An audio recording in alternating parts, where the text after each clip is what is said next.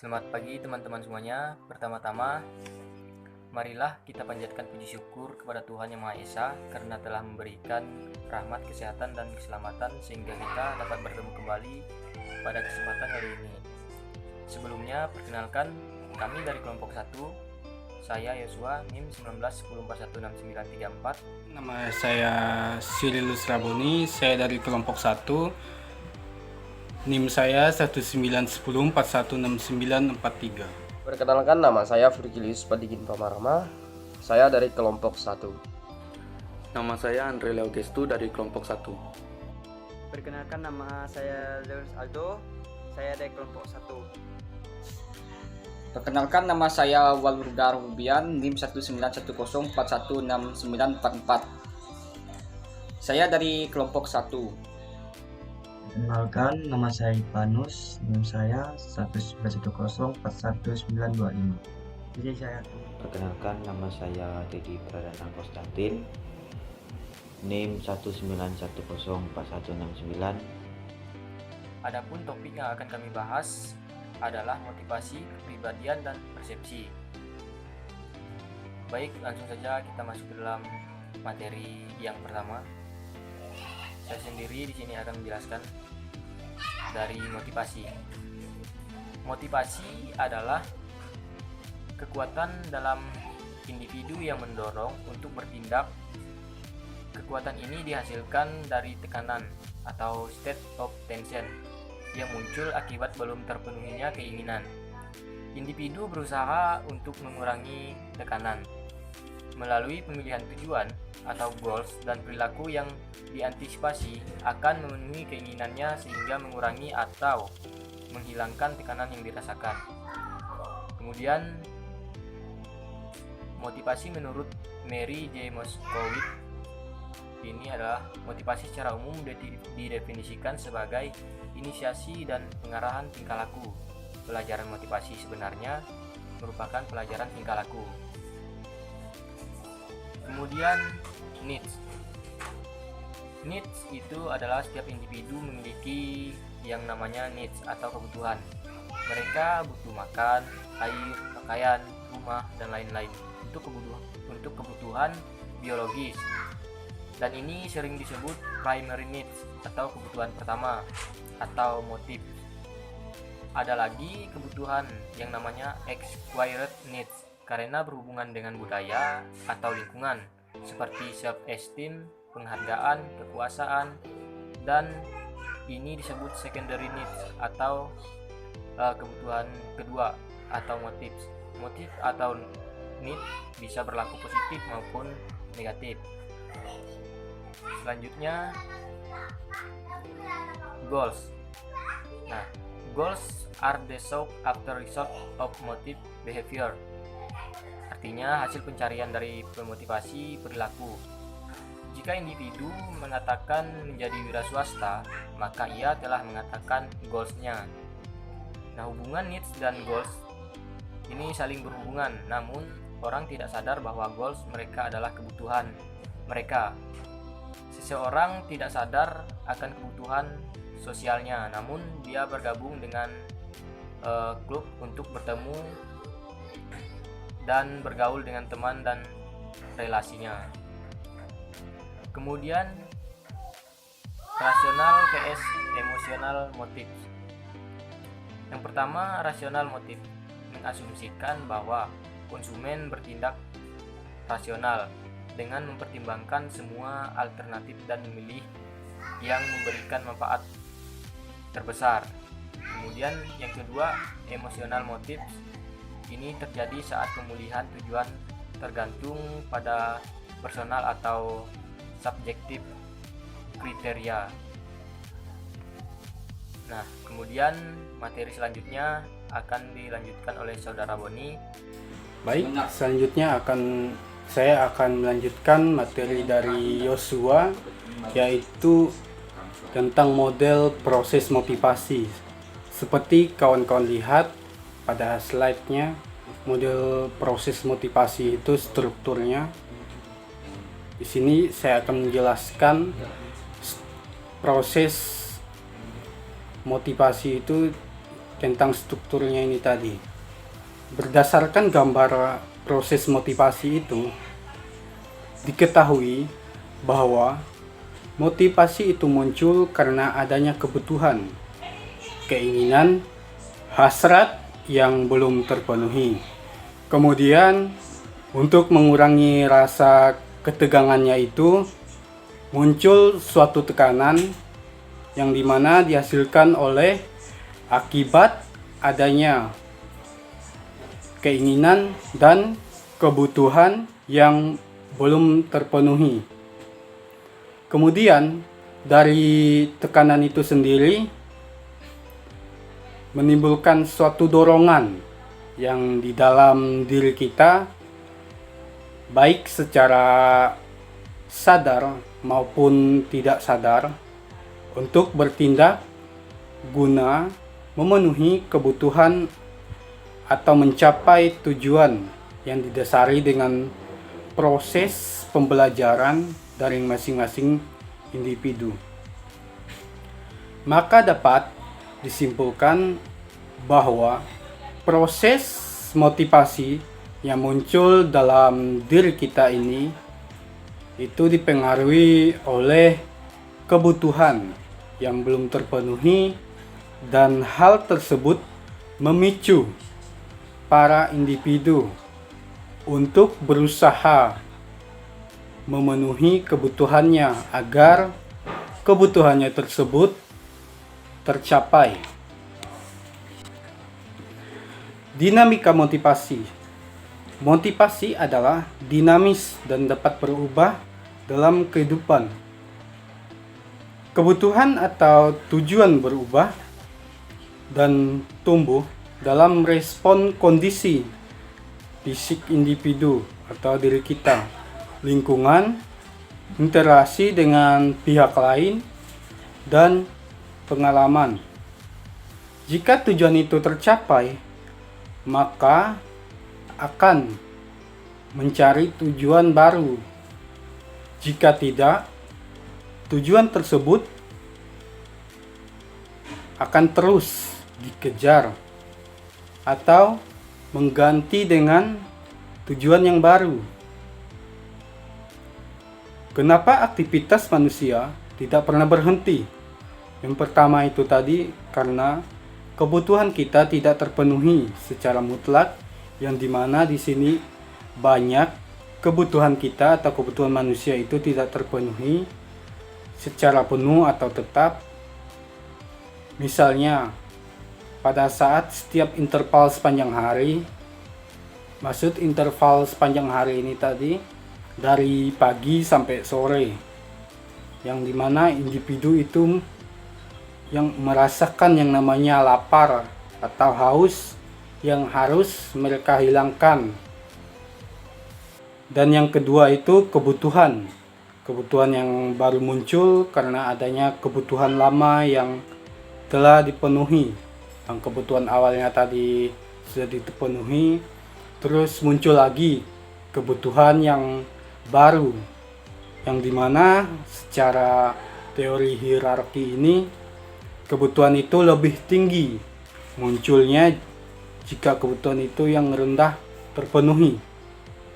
Dan yang ketiga itu sukses dan kegagalan yang mempengaruhi tujuan, yang dimana individu yang sukses mencapai tujuan yang biasanya akan menetapkan tujuan baru yang lebih tinggi.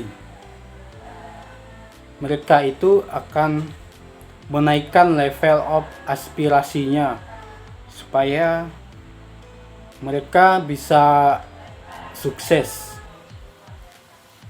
Selanjutnya materi dilanjutkan oleh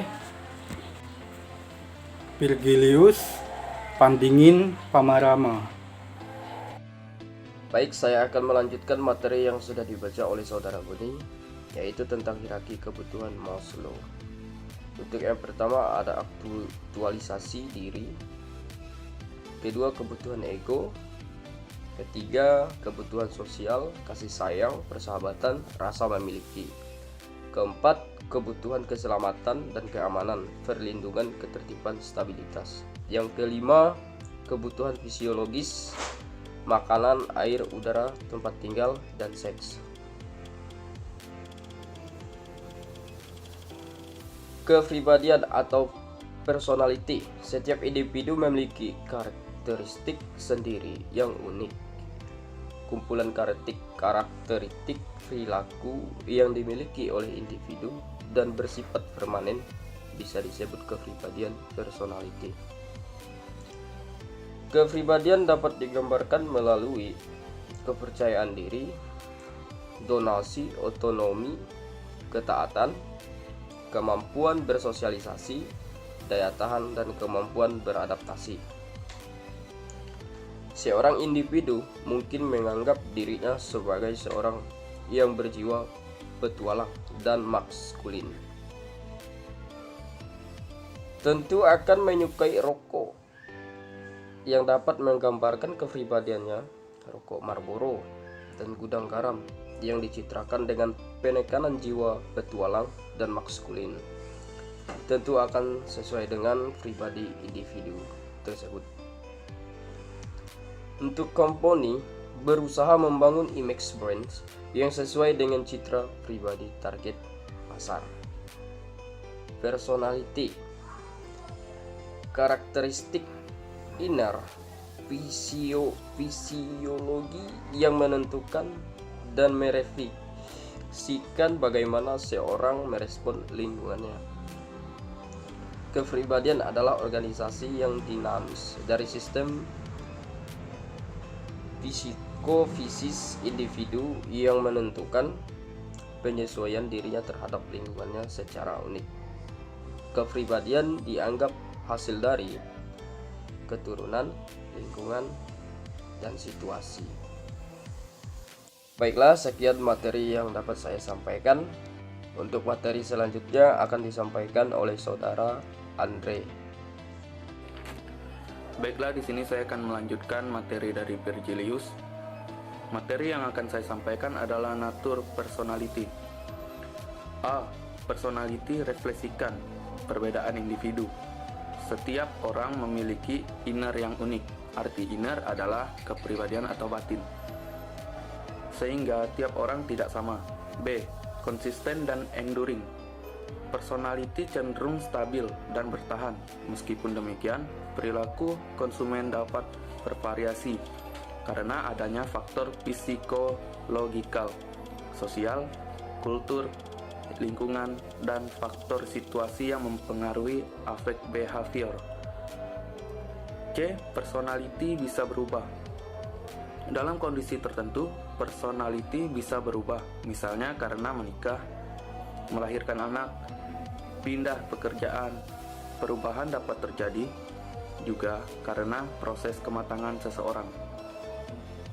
Personality atau kepribadian, trait teori atau teori sifat.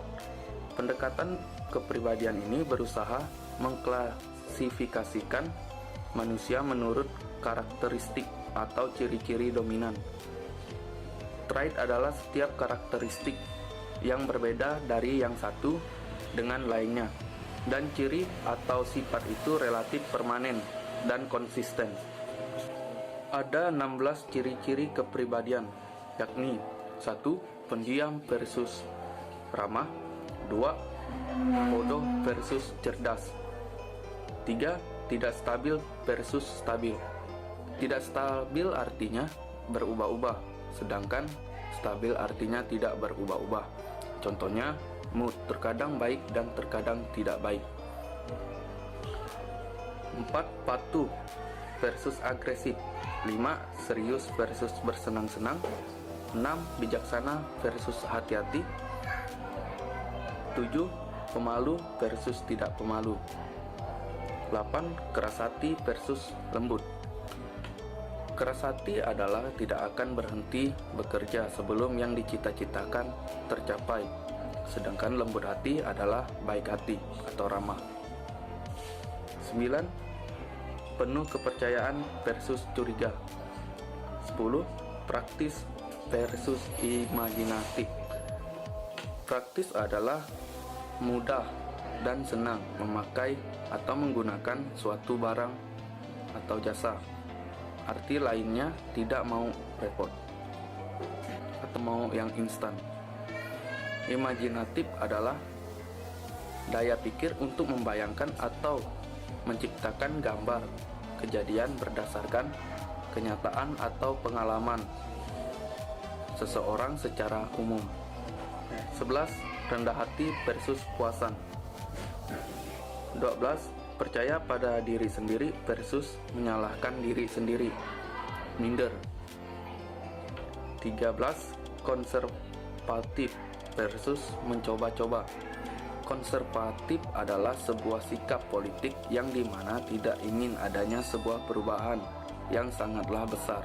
Biasanya sikap konservatif ini merupakan orang yang memiliki sebuah jabatan yang tinggi. Sedangkan mencoba-coba adalah sebuah sikap yang dimiliki seseorang untuk berani melakukan hal baru.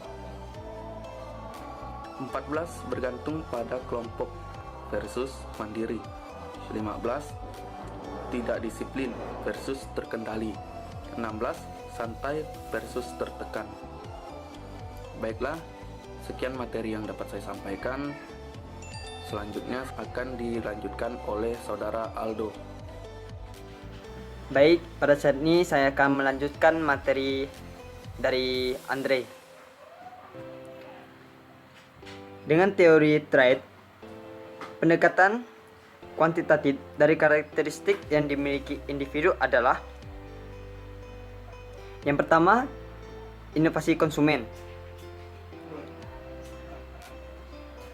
Di sini dalam artian seberapa jauh penerimaan individu terhadap sesuatu yang baru dan menjadi yang pertama mencoba produk, layanan or praktek. Konsumer inovator. Kelompok ini sangat penting sebagai indikasi atas sukses atau gagalnya suatu produk or layanan baru. Dalam artian adalah sesuatu yang dilakukan dengan menawarkan produk ke seseorang untuk melihat ataupun mencoba produk tersebut, di mana kelompok ini berperan sangat penting karena hal inilah yang menjadi bahan atau sukses gagalnya produk tersebut. Dan yang kedua, ada materialisme konsumen, di mana material konsumen adalah seberapa jauh individu memiliki keinginan untuk memperoleh sesuatu sebanyak-banyaknya. Materialisme sebagai trait membedakan individu yang menganggap kepemilikan sangat penting untuk identitas dan kehidupan mereka, dan mereka yang menganggap kepemilikan adalah hal sekundari atau hal yang tidak penting. Dalam artian adalah melihat seberapa banyak produk dimiliki orang-orang, di mana materialisme bisa melihat orang yang melakukan suatu produk sebagai gaya atau passion, dan melihat orang yang menganggap produk tersebut sesuatu yang biasa-biasa saja atau tidak begitu perlu untuk keseharian. Dalam artian membedakan pandangan individu setiap produk-produk. Yang ketiga, ada etnosentrisme konsumen. Kelompok konsumen yang dapat menerima atau menolak produk buatan luar negeri. Konsumen yang high entrocentrik akan merasakan tidak tepat atau salah untuk membeli produk buatan luar negeri karena akan mengakibatkan dampak kurang baik bagi ekonomi domestik.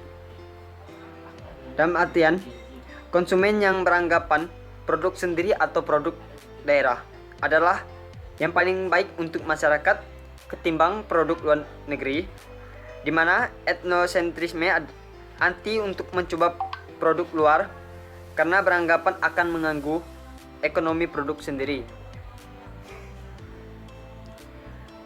Persepsi.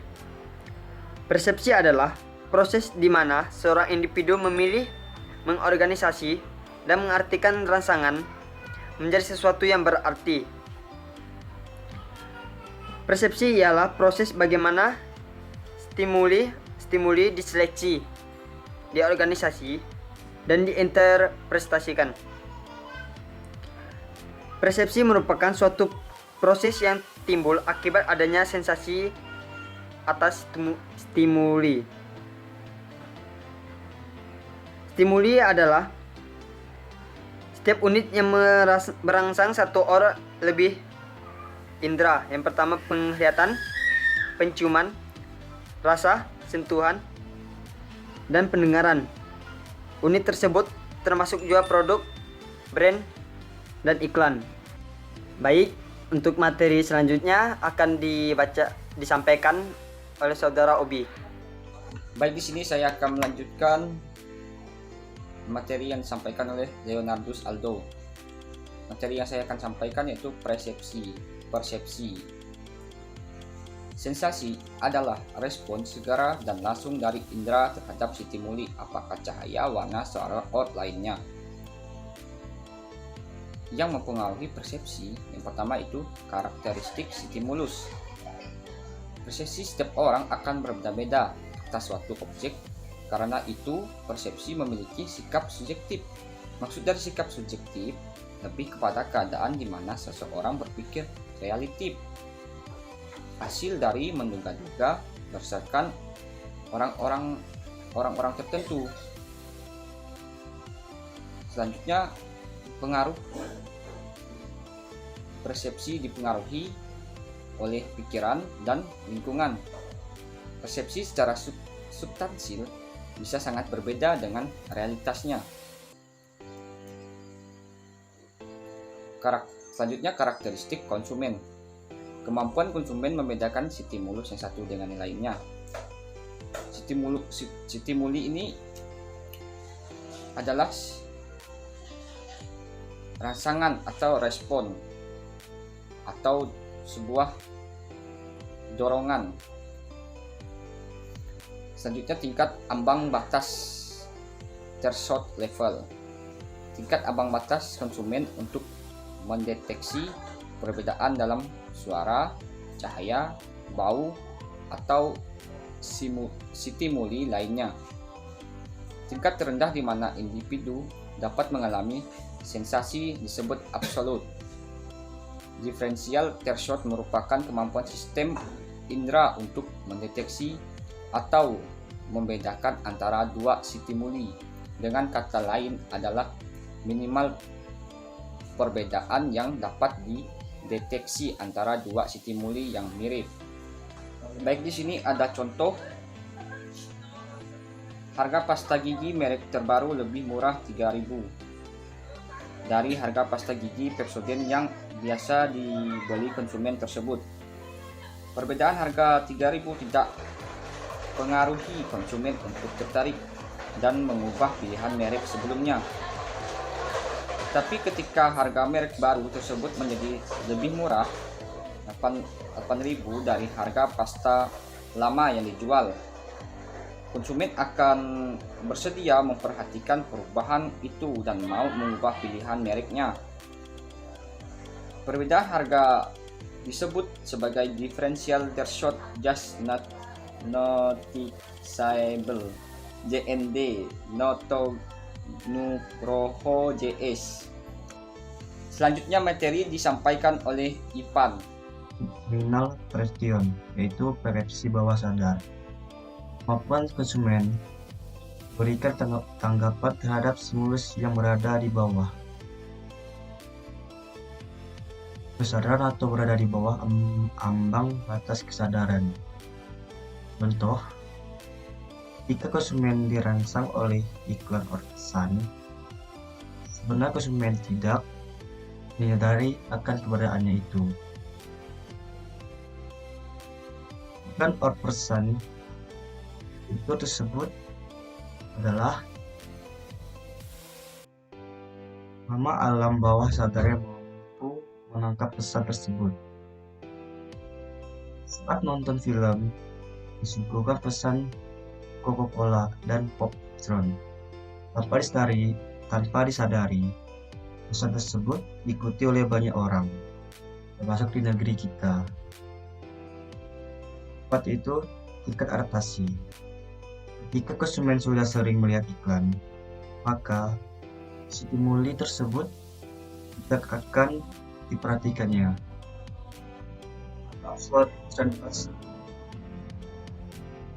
Adaptasi terjadi ketika konsumen tidak lagi memperhatikan stimulus yang sering ditayangkan berulang-ulang. Komplain menyegarkan iklan dengan tema baru agar tetap menarik minat konsumen untuk memperhatikan iklannya. Elemen persepsi yaitu 1. Perceptual selection. Terjadi ketika konsumen menangkap dan memilih stimuli berdasarkan pada phycophixide yang dimiliki masih dalam memori konsumen. Stimuli yang diseleksi tergantung pada pengalaman konsumen sebelumnya yang mempengaruhi expression. 2 itu motivasi saat itu. Faktor yang mempengaruhi expression, yang itu 1 itu untuk produk.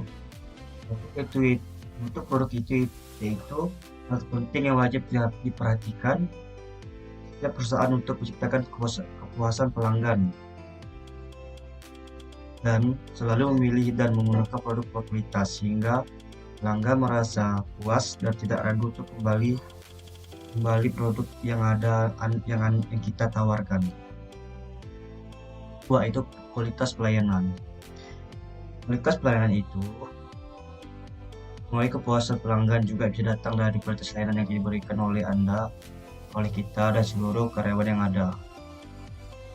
Penetapan harga, yaitu sebaiknya selalu dilakukan riset pasar sebelum kita menetapkan harga untuk produk, barang, dan jasa yang akan dijual.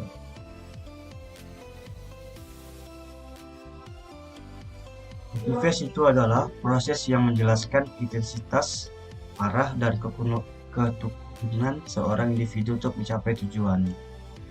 3 elemen utama dalam definisi ini diantaranya adalah intensitas, arah, dan ketekunan. Intensitas itu adalah sebagai seorang untuk mencapai tujuan di mana akan terbaik buat dia. Dan untuk yang arah itu misalnya arah kita menjual barang atau arah kita cari konsumen. Dan ketekunan itulah ketekunan kita untuk memberikan apa yang kita akan jual ke pasar dan untuk apa yang kita jual ke para konsumen kita. Sekian dari saya terima kasih. Perceptual organization adalah konsumen mengelompokkan informasi dari berbagai sumber ke dalam pengertian yang menyeluruh untuk memahami lebih baik dan bertindak. Konsumen cenderung mengorganisasikan stimuli dalam grup dan menganggapnya sebagai satu kesatuan. Menurut Gestalt psikologi, ada 3 prinsip dasar perceptual organization, yakni figur dan grouping dan closure. Prinsip yang pertama, stimuli yang diterima konsep cenderung dihubungkan dengan konteks situasi yang melingkupi konsumen. Stimul yang kontras dengan lingkungannya akan disampaikan harus dilihat sebagai figur dan bukan sebagai ground. Prinsip yang kedua, grouping atau pengelompokan. Pengelompokan informasi memungkinkan konsumen untuk mengevaluasi merek berdasarkan atribut yang berbeda sesuai dengan set psikologi yang dimiliki. Prinsip yang ketiga, closure atau penutup. Individu perlu penutup dan akan menyatakan kebutuhannya dengan mengorganisasi persepsi sehingga mereka membentuk gambaran yang utuh. Perceptual interpretation. Perceptual interpretation ini adalah setiap stimul yang menarik perhatian baik disadari or not akan diinterpretasikan oleh konsumen. Dalam proses interpretasi, konsumen membentuk kembali berbagai informasi dalam memori yang tersimpan, baik yang terkait dengan stimulus ini.